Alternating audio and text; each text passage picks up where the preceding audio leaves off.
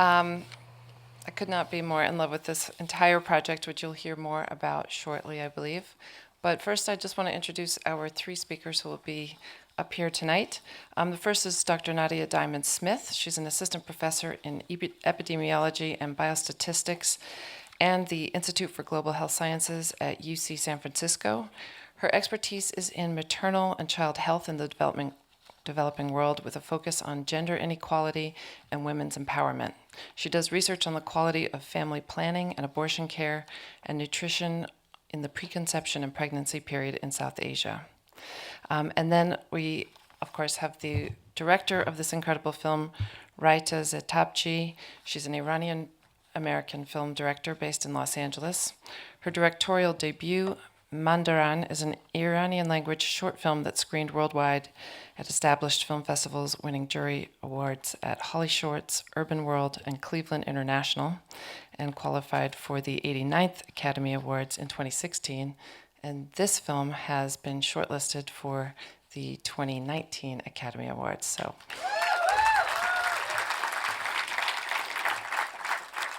And Rayka, I have to tell you, she told me she's 25 years old, and she's such an incredible filmmaker. So we're getting in on the ground floor with this rising superstar.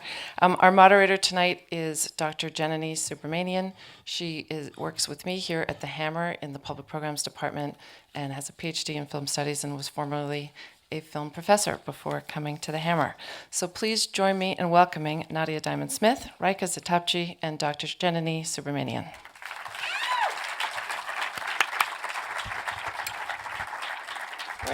Where's Rayka? Oh, there she is. Okay.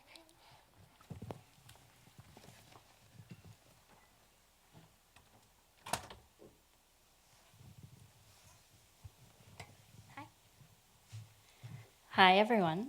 Thank you so much for being here, and thank you to Rayka and Nadia for joining us. The first thing I want to do is start by recognizing the Oakwood students, families, and teachers who are here tonight. They were instrumental in doing the research, raising the funds to make implementing the machine in the village possible, but also bringing this beautiful documentary to life. So if you are here from Oakwood, it would be amazing if you could stand up so we could give you a full round of applause recognition.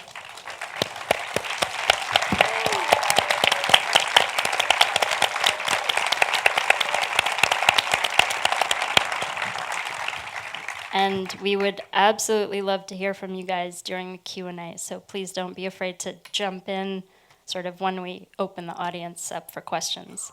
And of course, Rayka, you were instrumental in bringing this project to life in such a beautiful way.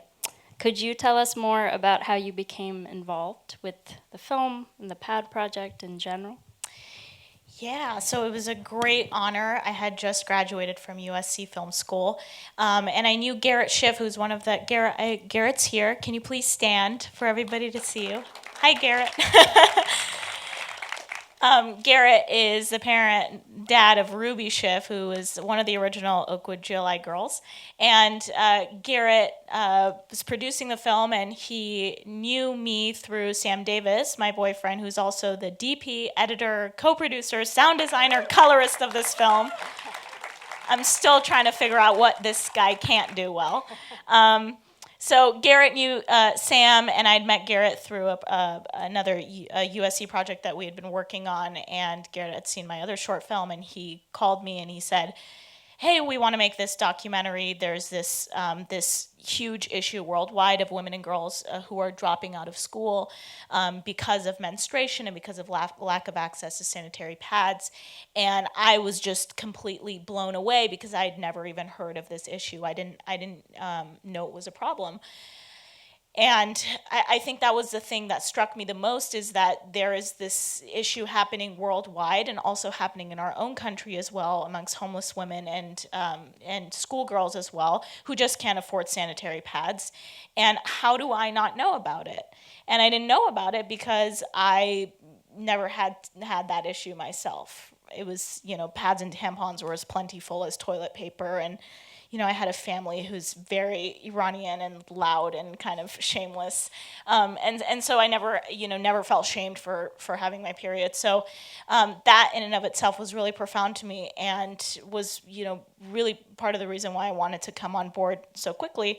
And once I came on board, we met with all the girls and had countless meetings, right? We had so many meetings to try, so many meetings, so many ideas, so many voices, and that was what made this project truly so wonderful. It was such a huge collaboration. And here we are. That's amazing.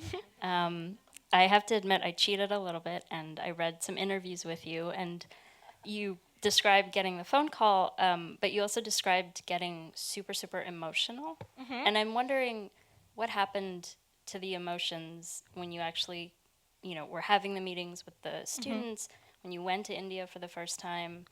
Where did they go? Did you feel as emotional as you were doing the project? Oh yeah, I'm a very emotional being. Period. End of sentence. And I've just always,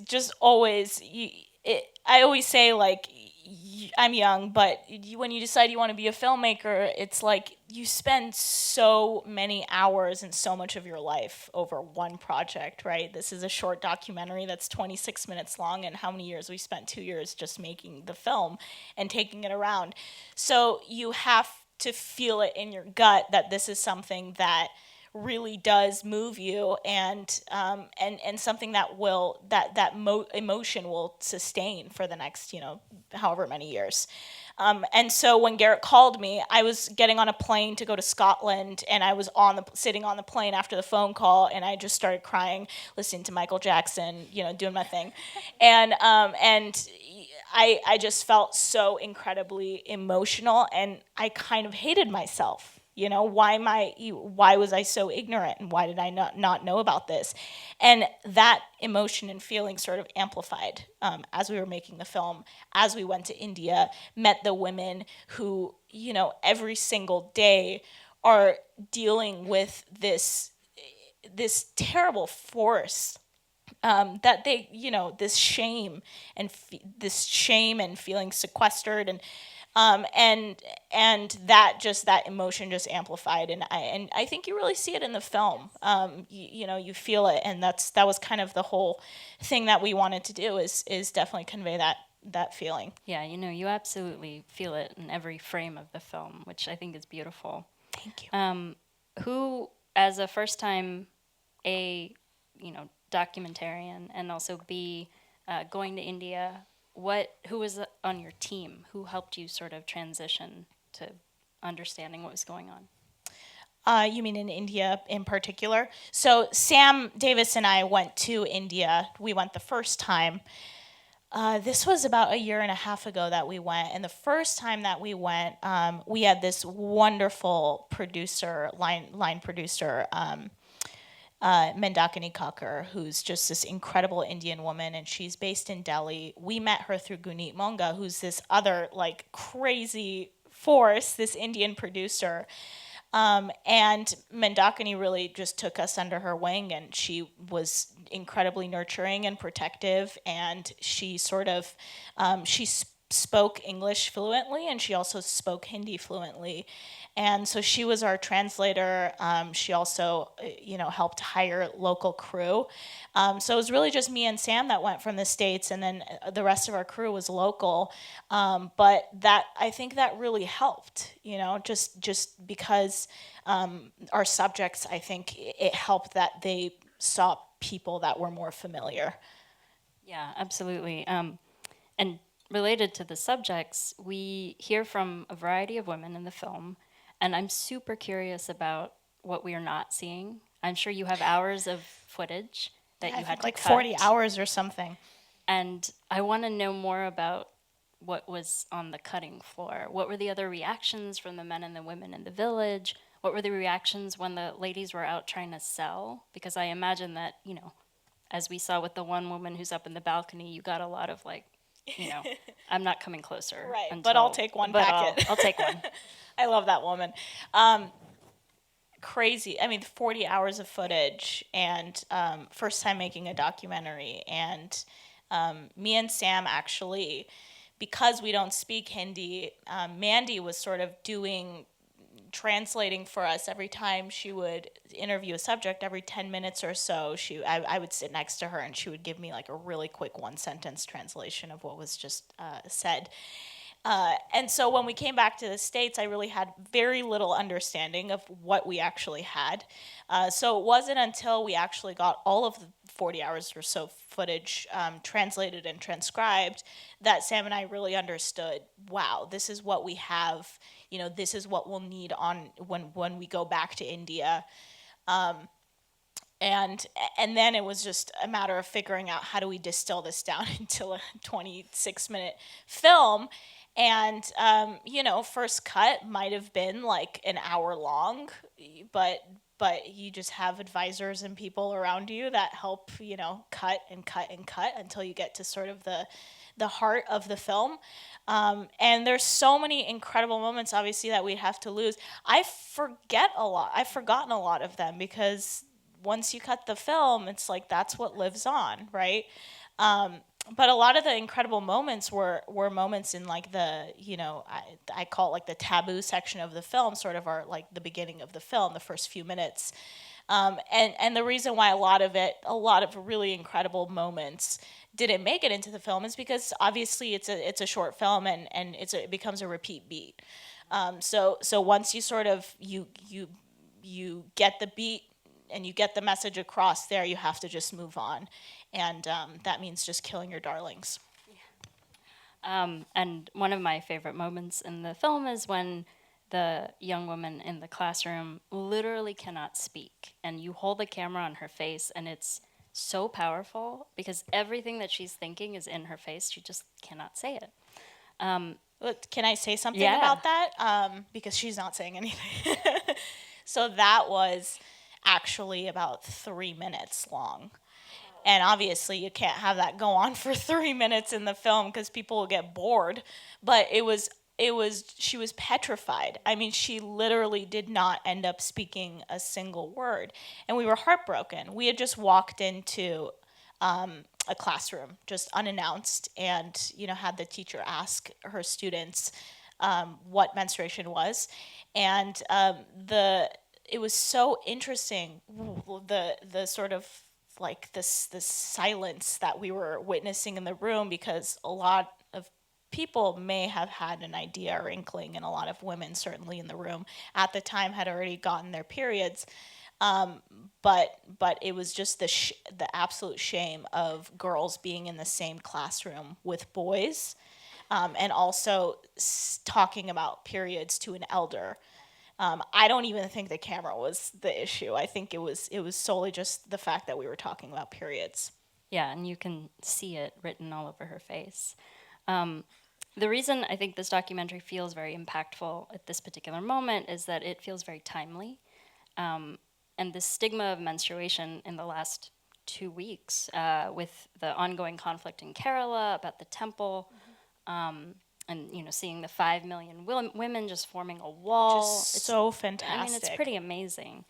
And then closer to home, and I sent this email to Rayka and Melissa and Nadia, there was a contestant on RuPaul's Drag Race who was not allowed to wear a gown that was shaped like a pad, and she had blood. It was like blood was the gown part of it. So, this issue is closer to home as well. And I read a statistic that there are 5,000 slang words for periods across the world. And, we know ours: on flow, time of the month, on the rag. And even the word period is a euphemism. Tidal wave. Tidal wave. Weird, right? I don't even know. So one of the things that I think this stigma is directly related to is the stigma of talking about women's health and reproductive health more generally. Nadia, I know your research is focused on women's health in the developing world, and I think it would be really interesting to hear about your own research and how the stigma of menstruation and sort of health in general fits into your experiences. Well, first of all, thank you for inviting me to this, an amazing movie that brings up so many important topics for women and women's health in India. Yeah, I think that it's amazing to watch the girls talk about menstruation and the stigma, and I think, as is brought up in the film, the way that I think that girls are, nobody talks about these issues, and as girls are growing up, their parents aren't talking to them, their friends aren't talking, and I think that it not only does it lead to a stigma, but the lack of knowledge to begin with about women's health, and feeling that men and women can't talk to each other about these issues percolates throughout all of women's health. And for some of my work, the taboos that you guys mentioned, you talked about the taboos about going to the temple, which has gotten so much press lately, but there's other taboos about women cooking food and serving food and also eating certain types of food. And some of my work is on the role of newly married women specifically and their low status in the household. And one of the things that newly married women, they eat last in the households. And this, I think it ties into sort of these issues of stigma that come through these myths and these taboos translate into health. So women eat last, and then if there's not enough food, they often don't get enough to eat. And this directly impacts their health, and they're, might be preconception or even pregnant, and they're not getting enough nutrition. So I think these are all tied together from the social, and it directly impacts their health and nutrition and the health of mothers and babies. I think one of the things that sort of related to the home, one of the things that I noticed in the film is that a lot of these women have a lot of discomfort about changing their pads, for example, and lacking the spaces to do so, and which made me think about sort of the relative privilege we have in the West of we have the spaces to do, the things we need to do to take care of our health. And this is, of course, relatively privileged women. This differs across socioeconomic classes. But I'm sort of curious, both of your experiences, what resources do these women lack? Not just pads, but what spaces do they lack? What do they lack spaces to change? Do they lack spaces to dispose of things? Do they lack spaces to learn? I mean, I think in a lot of the communities I work in India and also in Nepal, if there's no toilet in the household, which is very common, women don't feel like they can use the bathroom, safely. And I know there's been a lot of work at trying to provide toilet facilities either in the communities or even in homes as a way of preventing violence against women, because women going out into the fields is a risk factor for sexual assault. And even within the home, where women do live in homes where there are toilets, I've in some of the interviews I've done with women, they talk about how they feel uncomfortable using the toilet if any other of their household members is there, if their mother-in-law, their father-in-law, their husband. So they have to wait till no one's home. So this really, it makes it very hard for even normal bodily activities, even if they're not on their periods. It's sort of the idea that you are lesser as a woman and that your needs are met last, if even possible. I mean, one of the subjects in our film literally had to drop out of school because she didn't have a bathroom in her school and had to leave school in the middle of the day whenever she got her period. And I think her home was like a 30-minute walk away or something, and she had to walk 30 minutes to go to the bathroom at home because she couldn't go in the fields because there's a really big problem with sexual assault. And actually, while we were there shooting, a woman had been raped one evening in the fields in the village, and it was very hush-hush. And, the day after, we couldn't go back into the village to film because I think everyone was sort of shaken up by it. So there's that issue. And then if there is access is very limited. So there'll be the village, and then if you go to like a little shop or market in the village, there may be one shop that carries 10 packs of pads that oftentimes women can't even afford. And the biggest issue, which is might be surprising to you all, but the biggest issue is that the shop owners are all male. Women are not allowed to be shop owners. First of all, it's not safe, and it's not their place to be shop owners, according to the men. So women don't want to go buy pads from men.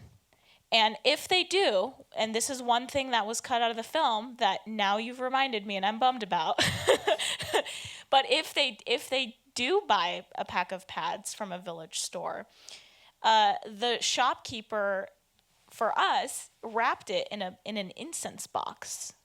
He took the pack of pads and he stuck it in something else.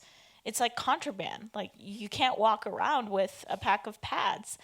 And it's crazy. It's like, if you're afraid to go buy a pack of pads, I can't imagine what you'd be afraid of. Well, I mean, this is a really big issue, and so I do some work with medication abortion in India, which is legal and available over the counter with a prescription, but women don't feel comfortable going to get it, so their husbands go, and, or if women go at all, maybe with their husband, the communication, we've been doing work on the quality of information provided. Women basically get no information about how to take medication abortion and the side effects and what to expect, so they go home and they have no idea what to do, what to expect, and there's a lot of fear and side effects and some complications. And if men go, again, the quality of information between the men, and then what the man goes home and tells his wife. So these issues are impacting, menstruation, but also things that actually have serious health consequences for women. There have been some programs, I know, at the issue of, going out into the community and trying to provide pads to girls, I think is really exciting and important that came up. And I do think the government of India has a program now, apparently. There's a pilot program providing pads through the health workers, but I do know that some of our work has shown that health workers say that that's the question they're asked about the most from adolescent girls, so definitely more information is needed. I'm so glad you brought that up, because I forgot about that, but we actually surveyed a lot of the women in the villages about this program that the government had put in place, ultimately monthly. The claim was monthly the government would provide a certain pack of pads to every school in every village, or certain villages, so that women would have more access. So we started asking the women, and we even went to a school and asked a principal, and a principal pulled out her little data book and pulled it out and starts flipping pages. She goes, they came once and then they never came again. So that's the issue, is that even if the government puts things in place, there's no way to sort of regulate this. There's no way to ensure that it's being actually, being carried out, because there's so much corruption. Once, I'm impressed.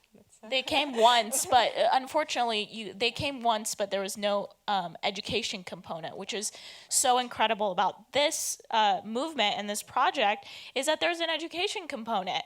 No one's going to use a pad if they don't know or understand the importance of a pad. And that's what is so exciting to us, is that when a woman, your auntie, right, an older woman or even younger woman comes to you and whispers to you, hey, we got a pack of pads, you want one? You say, I don't know what that is. Well, it's for your periods. I don't know what that is. She tells you about your period. She tells you about the pads. And, all of a sudden, you're seeing a cultural shift. Yeah. And I think that's super important. And a cultural shift that moves away from the auntie in the film who was like, it's just dirty blood from God. Right. Or God only knows what it is. Right. It's dirty blood. So it seems like the theme of men is coming up in this discussion of sort of spaces and resources. We see some men in the film, some of whom seem to be somewhat enlightened and some of whom are not. The men who, sort of run households where women have to eat last, for example, or the shopkeepers, etc. Is there some sort of education program for the men involved in sort of women's health? I mean, I think that's a big problem. There's been a lot of focus on health workers. There's like 2 different types of health workers through different programs that go to women and pregnancy and postpartum and early childhood to deliver health information and family planning, and there's nothing really like that for men. And what we keep hearing, so a lot of my work, we interview women and men and also mother-in-laws usually as important household decision makers, and what we keep hearing is men saying they want to know more too. And I think things are actually changing in India and South Asia with more love marriages and more communication before marriage. And I think that people are, and probably the impact of westernization and what people see on TV, that they're envisioning a different type of relationship. And that men, they want to provide good support to their wives, more and more. Things are changing slowly.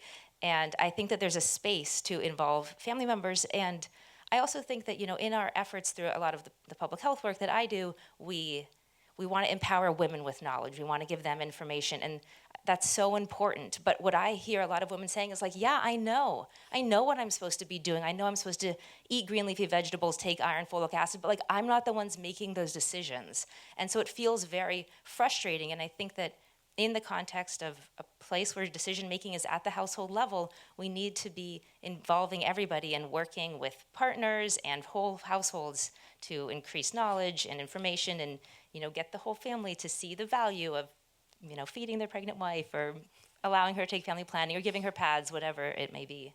And also having those parents talk to their children. Right. And then as far as the male education component goes, too, of our film, I mean, you saw the man who thought it was a Huggies machine. So the women were sort of Machiavellian in that they, in order to install the machine, they told their, husbands and their uncles that it's a Huggies machine. And maybe the men knew, maybe they didn't know really what was going on. I think some of them knew what was going on, even the Huggies man over there. And I think over time, the men, when we went back to India the second time on our second trip, it had been 6 months after the machine had been installed. So we come back to India and all of a sudden we're seeing this shift, this change. These women are, empowered, and they're talking loudly about their periods, and they have pads in their hands, and there are men in the machine room making pads. It was crazy. And I think the men themselves were more open and receptive to becoming educated about menstruation because they saw that this machine was bringing in profits for their family, and also that their wives and their daughters were empowered and working for the first time in their lives. And I think when it's so close to home and you're seeing that change, and there's also that sort of economic component, it changes things. It really does. So, sort of related to this, I think what is incredibly impressive about what the Oakwood community and you did is that you gave these women tools to, work for their livelihood, but also things that they can actually use. And so there's an economic element to projects like the PAD project that raises questions about what are the most effective ways to make change in places that need it the most. And Nadia, I think your on-the-ground research has probably encountered this question over and over. So I was wondering if you could talk about what are these economic opportunities? What are the pros? What are the cons? Yeah, it's a great question. So what I've been hearing from some of my recent work is young women, so this is again with newly married women, saying that they, talking about how sad they are that they got some education and then they got married and now they're inside the house, they're not allowed to leave and they can't work. And what they really want is skills training. So we were talking to them about, maybe agricultural training or microfinance, these things that have been getting a lot of attention. But they were all like, I just want to learn some type of skill. So they talked a lot about sewing. They didn't know about the PAD project. So who knows if they might have met. Police force didn't come up, but I think that I can see why that would be intriguing. But I think for them it was something, these women were already married. So something they could do in the home that would bring in a little bit of income. And what was interesting is that husbands and mother-in-laws were also supportive of this idea and even framed it in terms of, well, maybe if she could work a little bit, like maybe she wouldn't have to have that first baby right away, which is, I think, really exciting and interesting. And I'm trying to get some funding to do research on it, so maybe I can tell you the answer in like 5 years. Documentary might take 2, but research takes way longer. And all we get is a paper at the end, not something beautiful like this. And Rayka, what, with your not brief, 40 hours worth, but this sort of first time experience with this kind of small economic shift, what did you think worked?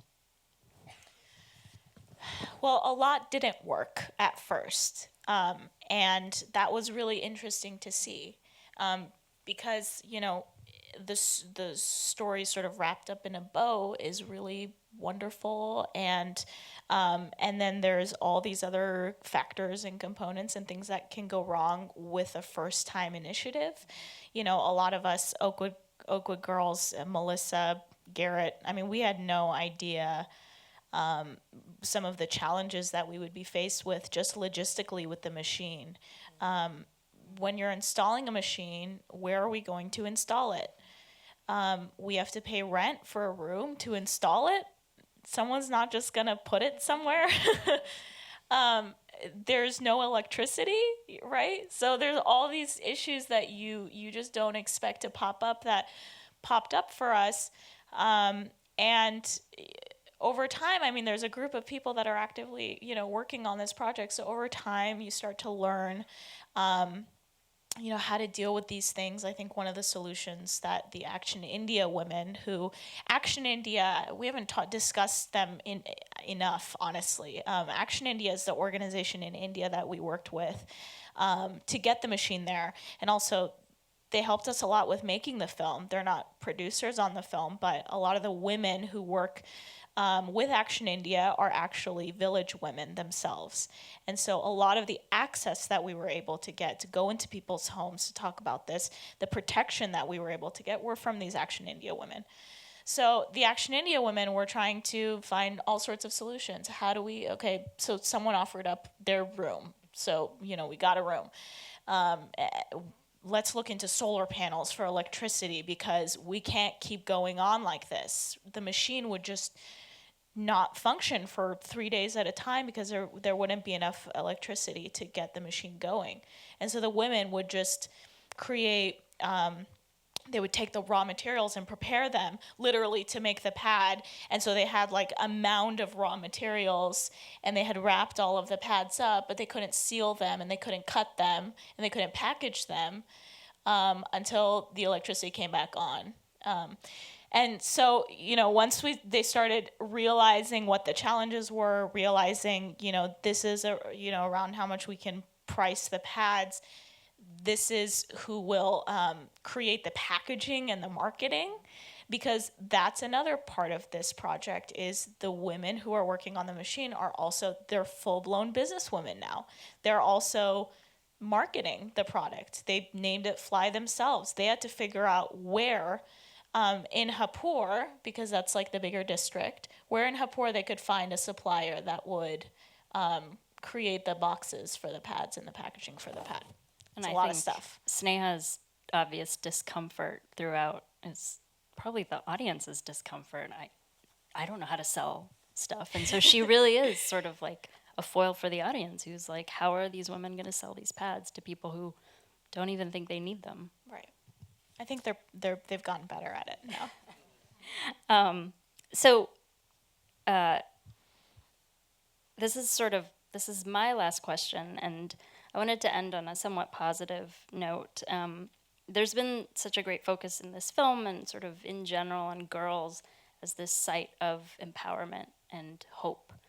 And Rayka has worked with the young women at Oakwood and with the young women in the film. You have done a lot of work with these young, newly married women.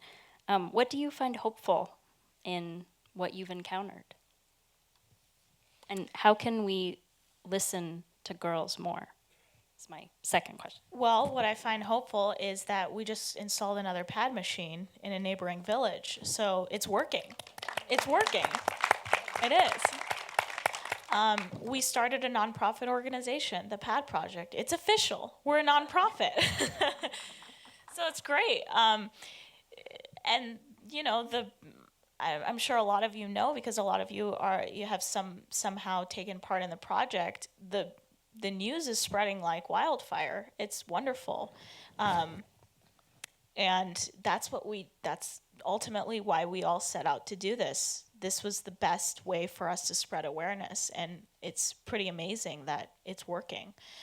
So, the work of the PAD Project lives on. The film may be over, but the work lives on, and, we're going to be having the film screen at schools and organizations and universities, hopefully all around the globe, so that we can really spread awareness. And at Nadia's conference that she attends every year, she just mentioned that she wants to show it next year. Fantastic. I think we're going to be partnering soon with Nadia. Yeah, I mean, I think from the women that I work with in South Asia, I mean, I've talked about some of the things that I mean, I really do think that although it's slow, I think that change is happening. And I think it's exciting to see that, as I said, husbands and family members, I think that, there's been so much effort on empowering women and improving women's health in India for the past few decades that now those people are mothers, and they, I think, have a slightly different perspective maybe than their mothers. And so I see more of sort of a realization about maybe, delaying marriage a little bit, or letting her, school, as we talked about, a lot of girls do drop out of school, but girls' education is almost reaching boys' education rates in India, which is a big change. Although labor force participation, I think, has gone down among women. So there's a lot of areas for improvement. But, and I also think that thinking about how to empower women more than just give them financial loans, which has been a lot of, or like give them information and they can do it, but thinking more broadly about, what are the skills they need, or what are the community level norm changing things that we can work on that are harder to work on, but that are actually the things that need to be thought about critically. So I think that I'm optimistic. Awesome. So we'll open it up to audience questions now, and we have some wonderful ushers who will find you if you have your hand raised.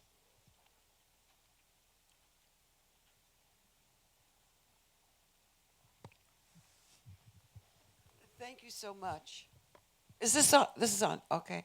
Thank you so much. This is so helpful that here we are in a big metropolis and we're hearing about something so basic. And then as you begin to work with the young women, thinking about how are we going to get the electricity? I mean, so you've really given us an understanding about the scope of this project, bringing up all these different parts to put this together. My question is, what kind of a business structure? I'm kind of hoping it's a co-op, but could you just talk a little bit about the business structure? Yeah, it's a work in progress. It is. I think the women are really sorting it out. It's still sort of a little bit at I think in the early stages of really figuring out the logistics of the business itself. It's really being led by the Action India women right now. And we're constantly, as the PAD Project team and nonprofit, constantly working with Action India and checking in with them. And I hope that very soon that we can even go out to India and, check in on it and really see what, the success of the PADs have been so far, if that answers your question at all. Hi, my name is Janvi. I'm actually from the UK. Sorry, this is on now. I've just got a few things to share. Firstly, that was phenomenal, just in terms of this research that's been put into it and the film itself. So honestly, huge congratulations for putting it all together. I thought I'd just share a couple of things. Firstly, I spent a lot of my childhood in India, and so it was about 20 years ago when India opened up. So I remember when I was in my teens, you couldn't really get sanitary towels. You couldn't even buy diapers. So the fact that over 20 years, it's got to the point where you can actually buy this, and that they're talking about diapers because you couldn't buy that. So I feel that there is hope in India and in a number of other countries. And I know Kenya's recently kind of provided sanitary care to girls at school. But just on the point of sharing, I'm one of the directors of Free Period, which is a UK organisation. We've just tried to launch a crowdfunding campaign, not taking away from... We've heard about you. Yeah, so work with Amica and a couple of other board members, and what we're trying to do is launch a legal campaign, starting in the UK, but trying to take it into other areas as well, because we still find, it's just insane that sanitary care is not available in every bathroom the same way toilet paper is, or hand sanitizers, or everything else that you have. But what we find is a lot of girls in school, well, they either miss school, and in the UK it's 1 in 10 girls miss school. And in the US, I've forgotten the stats, but it's pretty much equivalent. But what we find really interesting is that, and really depressing at the same time, is that a lot of girls aren't allowed to leave class to go buy products, they can't get products in school, there's no way of disposing of them, and the whole kind of shame around it is just outrageous. So what we're trying to do is raise awareness, and so this movie is just brilliant because actually it actually just highlights the issue, not just in India, but around the world, because it makes you start thinking about it. So thank you so much. Thought I'd share that and say, you know, in whichever way, shape or form you can, it would be great if everyone could just get involved, because it is a bigger topic than we think about. Thank you. Yeah, I completely agree. Thank you so much for the work that you're doing as well. And I think a good time to mention Mr. Murugan Anthem, who is the inventor of the pad machine, and he is now sort of this international celebrity, huge personality, great guy. He's wonderful, and it's so great because he's now on the world stage as well. India just did a biopic on him, Padman. So you know, all these things I think really matter and are part of the reason why we've seen so much change in India in the past 20 years.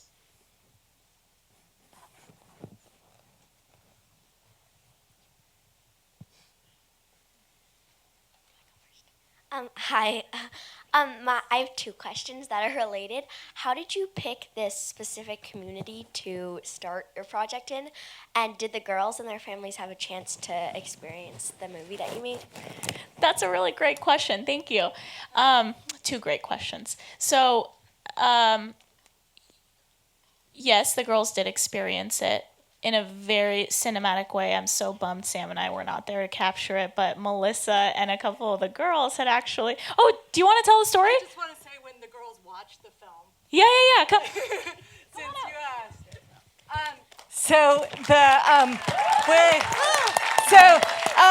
We were Charlotte and her mother. We were able to go back to, where's Barbara? We were able to go to India. I guess it was 6 months ago. So when they were finishing the machine, and the women from Action India took us into the village, and they projected the film. So there was a big meeting, and because none of us speak Hindi, we didn't know what the meeting was about, and we were sort of nervous because there was a lot of time spent before we were all going to watch the film together. And of course, we were nervous for them to see the film for the first time, and what would their reactions be, and would it be okay? And they projected the film onto a bed sheet, onto a wall where boys, the young boys were peeking in through the windows. It was all the women, and they had a big discussion, and the discussion was, would the women and the girls feel okay with what they had said with their husbands and their fathers and their uncles in the community. So, but we didn't know that was the discussion. They sort of kept it from us, but we knew that there was a kind of tension. And then when we came, I sat next to Sneha, and when we came and watched the film, they just loved it. They were laughing, they loved it, and after the film, they didn't feel like there was they felt very proud and very excited to show it. So I'm glad about that. And they are working on, somebody asked about the pads. They have a new design. Remember how the woman says they're ugly? But they have a new design that they're working on, so they're getting a new design for the pads. They're excited about. Do you want to touch on the picking the village?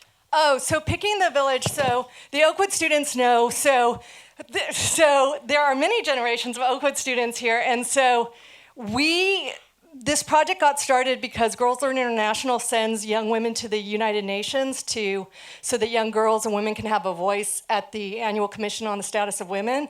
And it was there that students and I had learned about Murugan Anthem and the pad machine, and we said, we need to raise a film. We're all from Los Angeles. We understand the power of film. So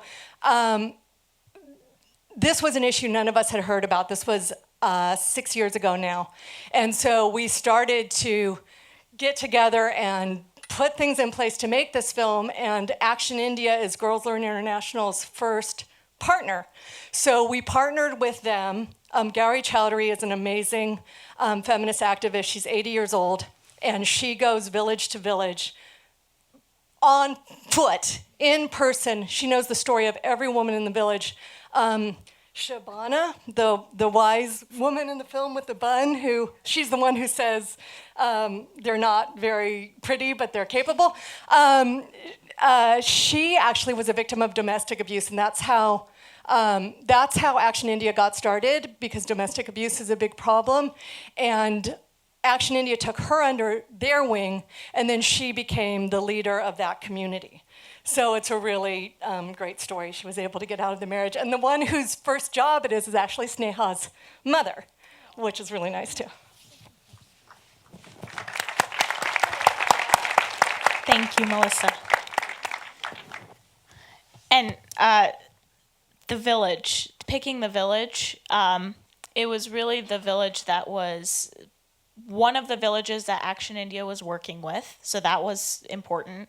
And then they're working with like 50 villages or something, and so they picked the one that they felt logistically was going to be the most possible, so they were able to find a room in that village. And then also they felt like this was the safest village, just because I think it was maybe a little bit more progressive than some of the other villages that they were working in. Hi. I grew up in New Delhi, and I watched that film, and I was fighting back tears for most of it, just because it's such an important thing to talk about. And I don't believe that ever in the 27 years of my life growing up in India, I talked to anyone about this topic other than perhaps my mom or my close-knit family. So thank you for making the film. And I think we need to do a lot more. And I think it'll happen when we have films like this going out. And I don't know what your schedule is for showing it in India a little more publicly, because it would be a really, really significant thing for young people to watch it. The most astonishing moment for me in the movie that I think you captured beautifully was the scene in which I think one of the young ladies says something to the effect that I've never worked before, and then you cut right into them doing the most intense manual labor. And that's one of the most interesting things you see on the streets, on the highways, when you're driving through North India especially, is just women and hordes of women carrying these big, I don't even know in the colloquial what it's called, but they're almost like these big gunny bags overflowing with plant material, waste material, I mean, what have you, trash. And so that was just amazing that it segued from, oh, I've never worked before, because perhaps I've never worked outside of the home before, or I've never been paid wages for work It's before. an ownership issue. Absolutely. And I wish, I'm not quite sure how many people here understand Hindi, but it was absolutely lyrical for me to hear those young women speak in Hindi. And I wasn't looking at the subtitles because I speak the Good. language, but it was so sweet and it was so authentic. And I mean, just for those young women to have their voices heard, and not knowing who's hearing their voices, but just to be able to speak and speak so sweetly and so authentically, it's breaking my heart right now. Thank you so much for making this. Thank you.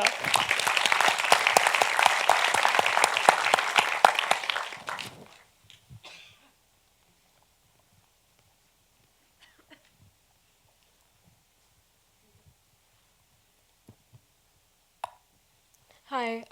First of all, again, thank you so much. Like, I spent middle school growing up in India, and like the part where you said that they were handing like pads and incense boxes and stuff like that, I definitely had experience because I ended up getting my period while I was there, and I remember because I was in like 6th grade, and it happened so suddenly, and I was like wearing my uniform, and I was like, oh God, like this is the worst. Like I don't know who to talk to about it. Like no, all my teachers were also just like, oh, like go inside the room, like don't come outside. And I had to like tell my parents to come get me. And then we like went to go get my first box of pads, and they like wrapped it in like a black plastic bag versus a normal plastic bag. And I was just like, why is it being treated like so like What's wrong like, with this, me? Like, right, I'm like, I'm not buying drugs. Like, what's going on? So yeah, I like really just seeing all of their reactions on screen were like was very like I related to that a lot, and it was like she said, very authentic. I guess my question is though, for segueing from that, for like a lot of upcoming documentarians, like what's some advice that you have as far as like resources go, because not everyone has access to like USC and like their funding. So yeah, I guess just like maybe touching on that. Well, I'll tell you, USC didn't have anything to do with this film. This was entirely funded through Kickstarter. And we have that tool now. You know, we can do whatever we want. We can make films because we have the Kickstarter community. And honestly, I think if there's a will, there's a way. I've done 3 projects now, 4, I think 4. And I would say like 3 of them have been funded through Kickstarter alone. I just think it's a really valuable tool. Why Kickstarter was so essential for this project as well, not only because it funded our film and got the pad machine to the village, we were able to purchase it through the Kickstarter funds, because it gave the pad project early exposure. It gave the issue early exposure.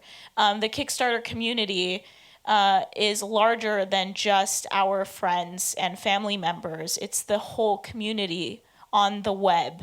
And they were able to learn about this project and this issue even before we set off to make the movie. So I just think we have so many tools at our disposal nowadays, and it's really just important to utilize them if you have a great idea and a great story. Okay, I think we'll do one more question. Also, Hi. thank you for sharing your story.